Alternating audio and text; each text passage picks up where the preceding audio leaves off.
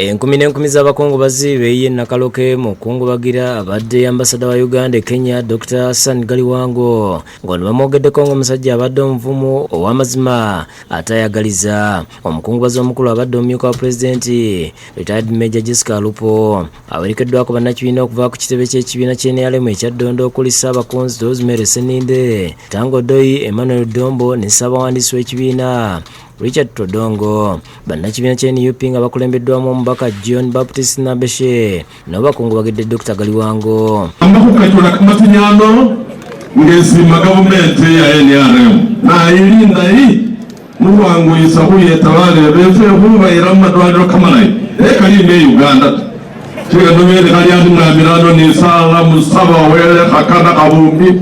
Oluganda lwa Galiwango nga Israeli Galiwango asomye ripoota y'omugenzi mwategeereza nti alese bannamwandu 3 ne bamulekwa 12. Obwa Dr. bwatandika okukendeera mu mwaka gw'2011 bwe bamuzuula nti alina obulwadde bwa sukaali n'omutima. Era yafuna okujjanjabibwa omutima ogwo mu ddwaliro ly'e Nakasero, Mulago, Platinum Hospital, Aga Khan Hospital in Kenya. Era bamuteeka ku life support mu ICU olw'okuba nti ebitundu bye omuli omutima, mabugwe n'ebirala byali biyimiridde nga tebikyakola. Omumyuka wa pulezidenti Alupo atendereza omugenzi okuba ow'amazima era nga yasomerako ku ssente ze. Alupo asuubiza okusigala nga bakwatagana ne famire eno. Galiwango and your family and the whole clan, we shall remain standing steadfast with you.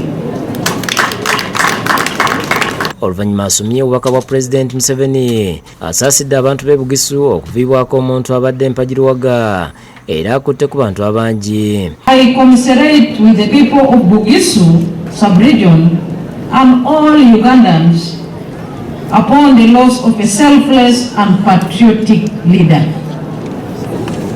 The death of Dr. Hassan Galiwango has robbed the NRM party of a loyal cadre and mobilizer in Bugisu sub-region. He served his party and country with diligence and patriotism.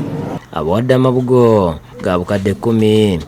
His Excellency the President sent me with a humble contribution to the family of Dr. Galiwango of 10 million Uganda shillings.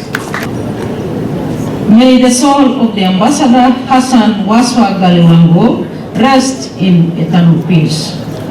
Yoweri Kaguta Museveni, President of the Republic of Oluvannyuma Mufti Mubajje akulembeddemu okusaayira omugenzi. Download the app on App Store or Google Play Store now. Vision Digital Experience, the future of media.